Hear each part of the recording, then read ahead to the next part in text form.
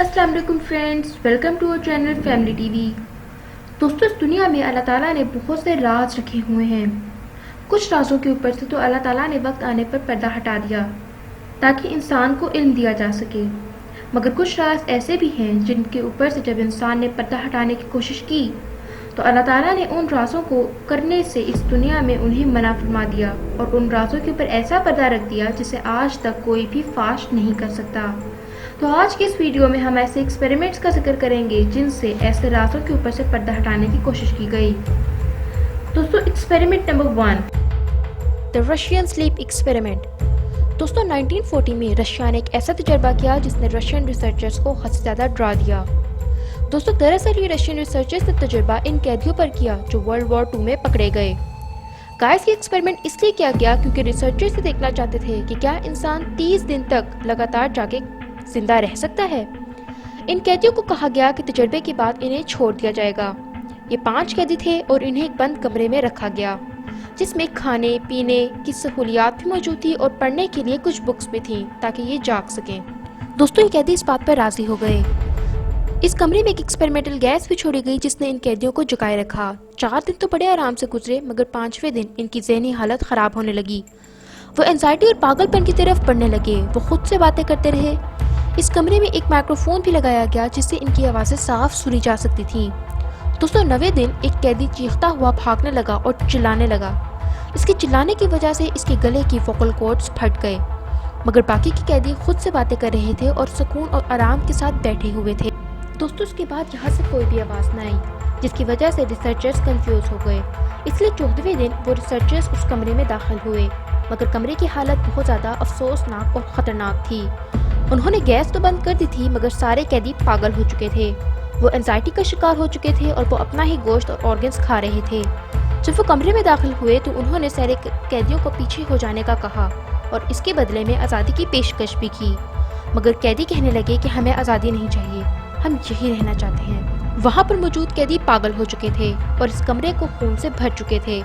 वो कैदी इस गैस को दोबारा चलाने की जिद करने लगे। वो कहने लगे कि हमें इस गैस के साथ तन्हा छोड़ दिया जाए। जब एक रिसर्चर ने इससे बात करने की कोशिश की तो एक कैदी कहने लगा कि मैं तुम्हारे अंदर की बुराई हूँ। वो कहने लगा कि मैं वो हूँ जिसको तुमने आज तक छुपा के रखा है, और ये कहने के बाद वो जानवरों जैसा बिहेव करने लगा।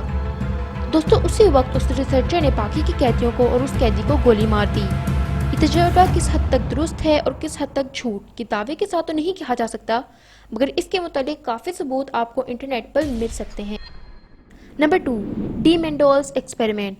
दोस्तों, एक डॉक्टर जिनका नाम डी मेंडोल था ने सोचा कि अगर इंसान के जिस्म से मरने के बाद रूह निकलती है तो इसके वजन में भी ज़रूर कमी आती होगी।